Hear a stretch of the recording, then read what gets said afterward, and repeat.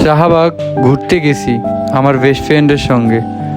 হ্যাঁ, ফ্রেন্ড বলছি, গার্লফ্রেন্ড না। কিন্তু সে এমনভাবে ফুলের দোকানের দিকে তাকালো, মনে হলো না দিলে খবর আছে। আমি বুঝে গেছি যে এখন বন্ধুত্ব বাঁচাতে হলো ওরে ফুল কিনে দিতে হবে। পরে কি আর করার, এখন তোর আমার ফুল কিনেই দিতে হবে। পরে ফুল কেনার জন্য চলে গেলাম দোকানে। পরে দোকানদার মামা জিজ্ঞেস করতেছে, ভাইয়া প্রেম না বন্ধু?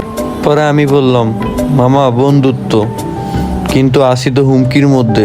মামা আমার কথা শুনে হেসে দিল। তোমাদের মতন সন্দেহ করছে মামা, কিন্তু ভাই তোমরা কেন যে সন্দেহ করো জানি না। বিশ্বাস করো ভাই, ও আমার ফ্রেন্ড। শুধু ফ্রেন্ড বললে চলবো না, অনেক ভালো ফ্রেন্ড। কারণ ও আমার খারাপ সময় ও আমার পাশে ছিল, আমাকে সব সময় সাপোর্ট করছে।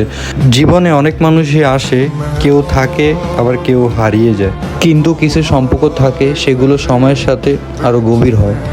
ও আমার জীবনে এমন একটা মানুষ যার সঙ্গে বন্ধুত্বটা একটা সম্পর্ক না, এটা একটা অনুভব, একটা নির্ভরতার জায়গা। ওর সাথে কাটানো প্রতিটি মুহূর্ত আমার কাছে খুব স্পেশাল। ওর একটা হাসি আমার মন ভালো করে দেয়, ওর একটা ফোন কল আমার খারাপ দিনটাকে সুন্দর করে তুলে। ও পাশে থাকলে মনে হয় আমার সব কিছু ঠিক হয়ে যাবে।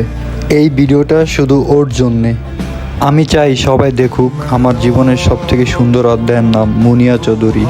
তুই আমার বন্ধু, তুই আমার আপন হয়ে থাকিস, তুই থাকিস এইভাবে আমার জীবনের গল্পের সব সময়। আল্লাহ হাফেজ, দেখা হবে আবার নতুন কোনো ভিডিও নিয়ে।